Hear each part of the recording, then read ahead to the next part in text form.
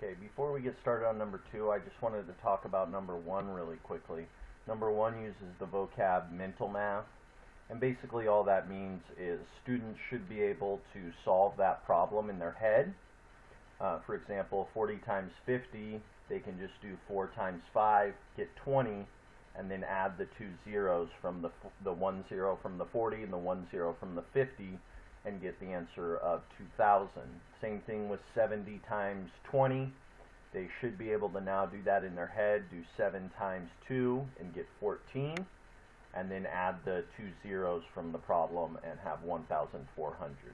So when it says mental math, it just means you should be able to do that in your head and then explain what you did in your head, just like I did now. So when I look at 40 times 50, if I was going to explain how I do that in my head, I would say I look at the 4 and the 5 and I multiply that and get 20, and then I can add my two zeros from the two factors and get 2,000.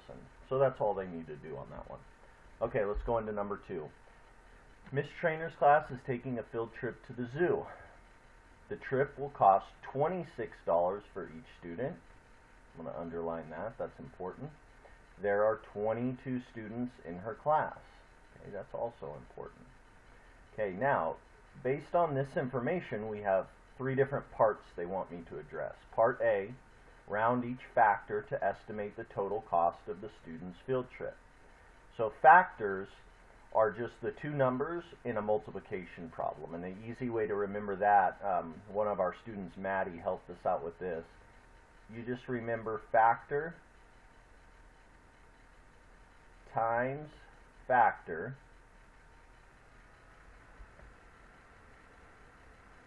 equals product.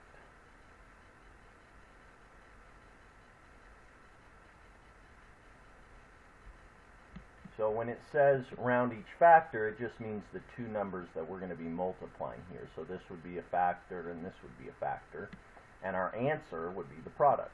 So we got to round each of these. So 26 is closer to 30 than it is to 20, so we would round 26 to 30, and that's $30. And we would round 22. We ask ourselves, is 22 closer to 20 or closer to 30? So it would be closer to 20 because it's only 2 away from 20, but it's 8 away from 30. So if we rounded both of these, $26 is about $30. There are 22 students in our class. That's about 20 students. And then we multiply that to find our estimate. And again, I can use mental math like the problem before and do this problem in my head because I can see that it's 3 times 2, which is 6, and then add my two zeros here. 0 from the 30, 0 from the 20, and you should get 600. Now, what we need to make sure we know is what this 600 represents. Okay? Well, we're talking about money and we're talking about students. So is this 600 students that they're talking about, or is this $600?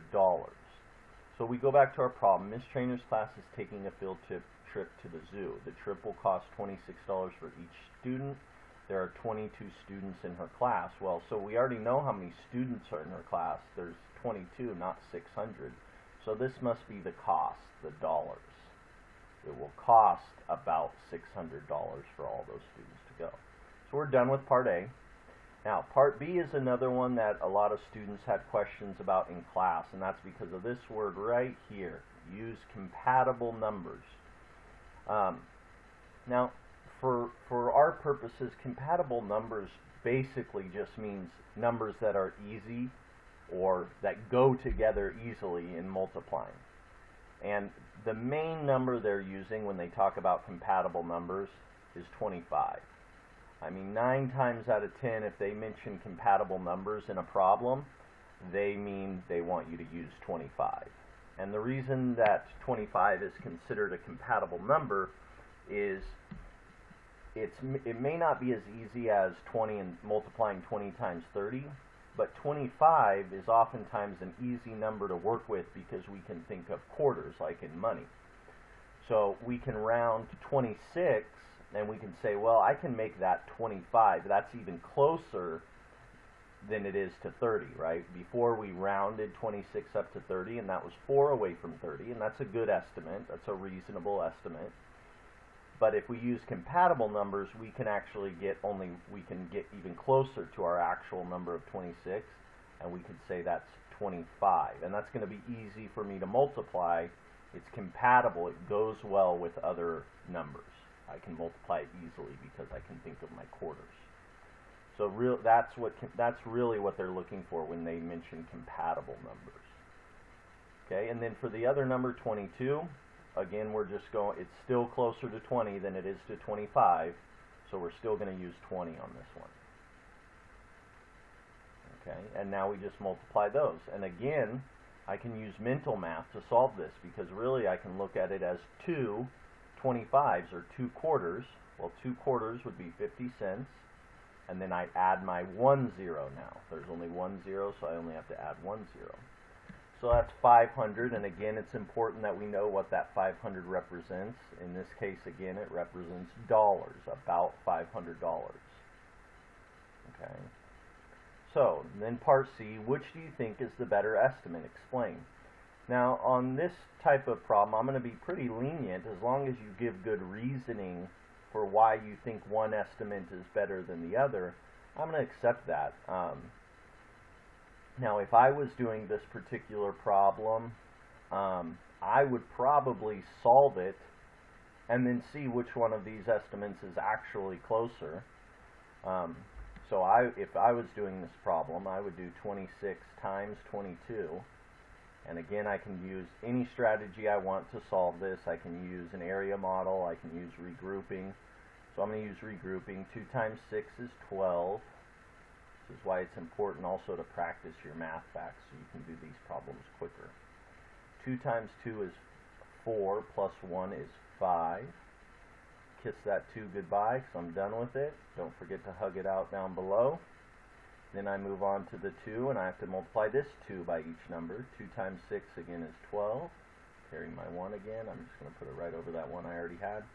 2 times 2 is still 4, plus my 1 is still 5.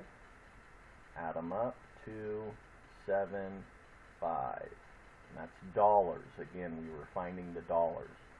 So 572, well, it looks like this estimate's going to be closer.